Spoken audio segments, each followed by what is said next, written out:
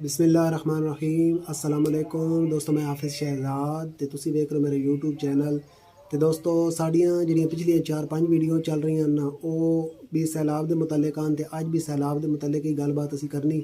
तो अज की वीडियो में असी कुछ जिहड़े हीरोज़ हैं ना, जिहड़े सुला अपनी मतलब आरामदायक जिंदगी ऐशो इशरत छोड़ के सारा कुछ होने के बावजूद अपना घर बार कम कार सारा कुछ छोड़ के तो सैलाब मुतासरीन की मदद वास्ते मैदान में उतरन ते उन्होंने खराज तहसीन पेश करना तो कुछ उन्होंने लोगों की निशानदेही करनी कि जिन्होंने लोगों को जीरो तो वो हीरो बने, वो करोड़ों रुपए के मालिक बने, वो किवें बने कि वो इन्होंने लोगों की वजह तो बने।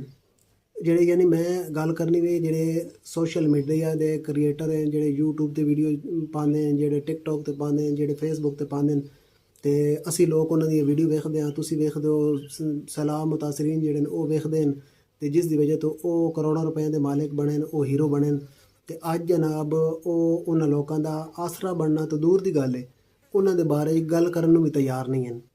तो उन्होंने बारे गलबात कर सही। तो दोस्तों जिमें कि तुसी जानते हो कि कुछ इलाके में जो सैलाब हो के गुजर गया, उसकी तबाहकारियाँ जारी हैं। तो नाल मैं थोड़ा मुख्तलिफ इलाके दी वीडियोज़ भी दिखासा कि इस टाइम के हालात हैं।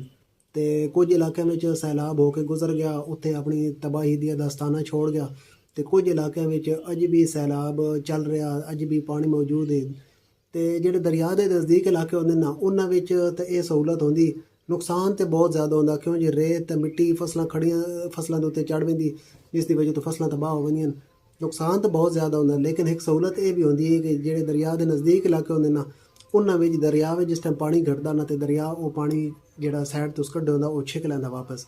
तो ਜਿਹੜੇ दरिया तो दूर इलाके होंगे ना, उन्होंने ये मसला बनता कि उत्थे जिस टाइम पानी फिरदा ना, तो वो पानी में दरिया वापस को नहीं छिकदा, वो उत्थे खलोता खलोता ही सुकदा, या उसके निकलने का कोई राह रस्ता होवे तो उस तरीके नाल निकल पैंदा। नाल पक्खा चला लीए क्यों जे साढ़े को धुप वाह है तो गर्मी महसूस होने लगे,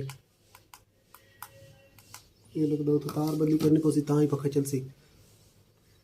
तो इस तरह हुण अज मैं सुबह वीडियो वेख रहा, हुण तुसीं अपनी स्क्रीन पर वेख रहे हो, ये हाफिज़ाबाद के इलाके ने उन्होंने वीडियो है कि इतने जनाब पानी आया, दरिया के नज़दीक इलाके में पानी फिरया, तो उस तो बाद पानी तो चला गया, लेकिन हज़ारों एकड़ ते खड़िया फसलें जिहड़ियां ने मुंजी की फसल नूं तबाह करके रख दिता। पाकिस्तान दे विच चावल की पैदावार दे विच हाफिज़ाबाद ज़िला जिहड़ा वो नंबर 1 है, उसका चावल पूरी दुनिया में मशहूर है। अच्छा, उस तो बाद चनौड़ के इलाके जिहड़े ने उन्हां दे विच किना इलाकों दे विच अजे भी 6-6 7-7 फुट 8-8 फुट पानी मौजूद है, तो पानी इस तरह चल रहा। तो उस तो इलावा अगे वही मुजफ्फरगढ़ तो उस तो बाद बहावल नगर उकाड़ा साहिवाल उन्होंने इलाके में भी अजे तक पानी मौजूद है, तो बहुत ज़्यादा पानी है। तो वड्डा मसला ये है कि बई पानी जिहड़ा आगे आया उसका नुकसान कीता ही कीता जो कीता। उस तो बाद रोज़ाना खबर आ रही हैं, कल भी हुण जिहड़ा पंजाब दा मतलब पानी वाला महकमा ना उस वार्निंग जारी की है कि 2 तारीख नूं इंडिया होर पानी जिहड़ा ना वो रावी ते चनाब ते सतलुज इन्हां विच छोड़ दिता, जिहड़ा तकरीबन 4 या 5 तारीख नूं वो इत्थे पहुँच वे सी, तो वो मज़ीद जिहड़ा ना तबाही करे सी। तो हुण ये सैलाब दीयां तबाहकारियां ते जिहड़ियां ना वो जारी हैं, ते हो सकदा कोई दड़ होर जिहड़ा ना वेखनियां पौसन बर्दाश्त करनियां पौसन। तो इस सैलाब तो बाद दे दौरान जिहड़े लोग बेचारे बड़े बुरी तरह मुतासर होन, लोगों का घर बार माल मवेशी फसलां सब कुछ तबाह हो गया। तो कुछ लोग जिहड़े ना सोशल मीडिया के क्रिएटर वो ना हीरो बन के अगे निकले, जिन्हां विच वकार बिंडर, नासिर ढिल्लू, उस तो बाद उन्होंने नाल एक होर है भाई विकास, वो मैंने पूरा नाम नहीं आंदा, उस तो बाद अंजुम सरोया, उस तो बाद अहमद शहजाद क्रिकेटर भी है, तो यूट्यूब पर वीडियो भी पाता क्रिकेट दी वीडियो, लेकिन वो भी मैदान ही निकले। बिलाल महारत इस तरह होर काफ़ी बंदे हैं जिन्होंने मैं ना नहीं आता, वो आप एक ब्रांड है, आप एक हीरोइन, सानू उन्होंने नाम लैने की जरूरत कोई नहीं, लेकिन उन्होंने खराज तहसीन पेश करना जो ना वो बनता क्यों जे ये लोग जो ना मुश्किल वक्त उन्होंने लोगों के नाल खड़े हो, जिन्हों की वजह तो अज ये जो कुछ है मतलब जो कुछ इन्होंने को माल पैसा सारा कुछ आया तो हीरो बने, तो इन्होंने जान पहचान मिली है, इन्होंने दुनिया जानती है इन्होंने लोगों की वजह तो। तो कुछ ऐसे लोग हैं जिन्होंने वेला मुंडा तो खिजर उमर तो होर इस तरह काफ़ी यूट्यूबर हैं ਰਜਬ ਬੱਟ ਹੋ ਗਿਆ, ਮਿਸਟਰ ਮੋਟੂ ਪਤਲੂ, ਇਹਨਾਂ ਦੀ ਮੈਂ ਕੋਈ ਵੀਡੀਓ ਨਹੀਂ ਵੇਖੀ ਕਿ ਭਈ ਇਹ ਕਿਦਾਂ ਸੈਲਾਬ ਜ਼ਦਗਾਨ ਦੀ ਮਦਦ ਵਾਸਤੇ ਕਿਦਾਂ ਹੀ ਨਜ਼ਰ ਆ ਰਹੇ ਹੋਵਣ ਜਾਂ ਇਹਨਾਂ ਕੋਈ ਗੱਲਬਾਤ ਕੀਤੀ ਹੋਵੇ। ਕੋਈ ਐਸੀ ਵੀਡੀਓ ਮੈਂ ਤਾਂ ਨਹੀਂ ਵੇਖੀ। ਜੇ ਅਗਰ ਤੁਸੀਂ ਵੇਖੀ ਹੋਵੇ ਤੇ ਮੈਨੂੰ ਕਮੈਂਟ ਵਿੱਚ ਜ਼ਰੂਰ ਦੱਸਿਆ। ਤੇ ਇਹਨਾਂ ਦੀ ਮੈਨੂੰ ਕੋਈ ਐਸੀ ਐਕਟੀਵਿਟੀ ਨਜ਼ਰ ਕੋਈ ਨਹੀਂ ਆਈ। ਮਤਲਬ ਮੈਦਾਨ ਵਿੱਚ ਆਉਣਾ ਤਾਂ ਦੂਰ ਦੀ ਗੱਲ ਹੈ, ਇਹਨਾਂ ਮਤਲਬ ਕੋਈ ਗੱਲ ਕਰਨੀ ਵੀ ਉਹਨਾਂ ਨਾਲ ਹਮਦਰਦੀ ਕਰਨੀ ਵੀ ਜਿਹੜੇ ਨਾਲ ਗਵਾਰਾ ਨਹੀਂ ਕੀਤੀ। ਮੈਂ ਤਾਂ ਐਸੀ ਵੀਡੀਓ ਕੋਈ ਨਹੀਂ ਵੇਖੀ। ਜੇ ਤੁਸੀਂ ਵੇਖੀ ਹੋਵੇ ਤੇ ਜਾਂ ਅਗਰ ਮੈਂ ਗਲਤ ਹੋਵਾਂ ਤਾਂ ਮੈਂ ਮਾਜ਼ਰਤ ਖਾਂ, ਤੇ ਜੇ ਤੁਸੀਂ ਵੇਖੀ ਹੋਵੇ ਤੇ ਤੁਸੀਂ ਮੈਨੂੰ ਜ਼ਰੂਰ ਦੱਸਿਆ। ਤੇ ਬਾਕੀ ਦੋਸਤੋ ਇਹ ਸੂਰਤ ਹਾਲ ਹੈ ਤੇ ਲੋਕਾਂ ਵਿਚਾਰਿਆਂ ਦਾ ਬੜਾ ਜ਼ਿਆਦਾ ਨੁਕਸਾਨ ਹੋ ਗਿਆ। ਬਹੁਤ ਲੋਕ ਪਿੱਛੇ ਚਲੇ ਗਏ ਨੇ। ਤੇ ਅੱਜ ਇੱਕ ਬੰਦਾ ਗੱਲ ਕਰ ਰਹੀ, ਉਹ ਬਿਲਕੁਲ ਹਕੀਕਤ ਤੇ ਮਬਨੀ ਗੱਲ ਕਰ ਰਹੀ ਬਣੀ ਕਿ ਤਾਰੜ ਦਾ ਰਹਿਣ ਵਾਲੇ ਉਸਦੀ ਵੀ ਫਸਲ ਤਬਾਹ ਹੋ ਗਈ। ਉਸ ਆਖਿਆ ਕਿ ਜਿਹੜਾ ਮਤਲਬ ਸਾਡੇ ਆ ਰੌਲਾ ਰੱਪਾ ਪਾਏ ਤੇ ਜਿਹੜੀ ਇੰਡੀਆ ਨਾਲ ਸਾਡੀ ਜੰਗ ਤੇ ਰੌਲਾ ਰੱਪਾ ਬਣੇ ਨਾ, ਤੇ ਉਹਦੇ ਵਿੱਚ ਜਿਹੜੇ ਅਸੀਂ 4 ਰਾਫੇਲ ਉਹਨਾਂ ਨੇ ਢਾਇਆ ਨਾ, ਉਸ ਦਾ ਇੰਡੀਆ ਬਦਲਾ ਲਿਆ।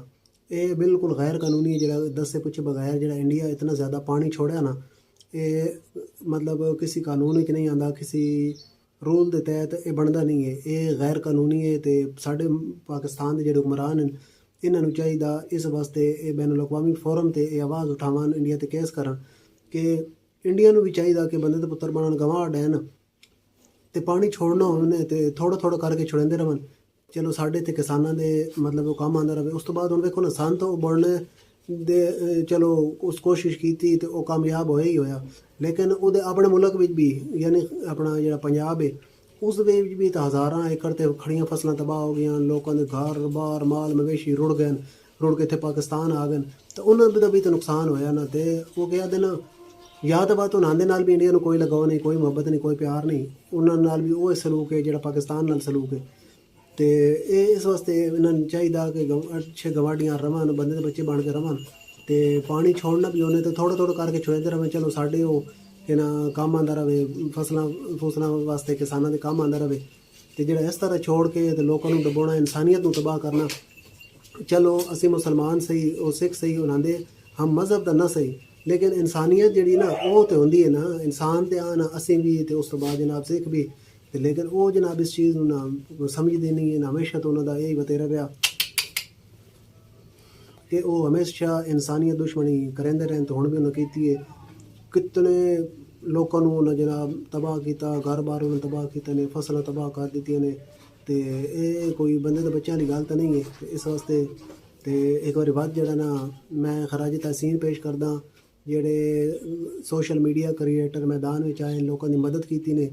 ਤੇ ਜਿਹੜੇ ਨਹੀਂ ਆਏ ਉਹਨਾਂ ਦੇ ਵੈਸੇ ਅਜੀਬੋ ਗਰੀਬ ਗੱਲ ਹੈ ਕਿ ਬਈ ਇਤਨਾ ਅੱਲਾਹ ਤਾਲਾ ਉਹਨਾਂ ਨੂੰ ਦਿੱਤਾ, ਇਹਨਾਂ ਲੋਕਾਂ ਦੀ ਵਜ੍ਹਾ ਤੋਂ ਦਿੱਤਾ, ਇਹ ਸਾਡੀ ਵਜ੍ਹਾ ਤੋਂ ਦਿੱਤਾ ਕਿ ਬਈ ਇਹ ਸਾਡੇ ਲੋਕ ਜਿਹੜੇ ਨਾ ਇਹਨਾਂ ਦੀ ਵੀਡੀਓ ਵੇਖਦੇ ਤੇ ਤਾਂ ਹੀ ਜਨਾਬ ਇਹ ਹੀਰੋ ਬਣੇ, ਹੁੰਦੇ ਤਾਂ ਨਹੀਂ ਬਣੇ ਨਾ। ਜੇ ਅਗਰ ਲੋਕ ਇਹਨਾਂ ਦੀ ਵੀਡੀਓ ਨਾ ਵੇਖਣ ਜਾਂ ਨਾ ਵੇਖਣ ਅੱਗੋਂ ਤੇ ਵਾਤੇ ਕਿਵੇਂ ਹੀਰੋ ਬਣ ਸਕਦੇ ਹਨ।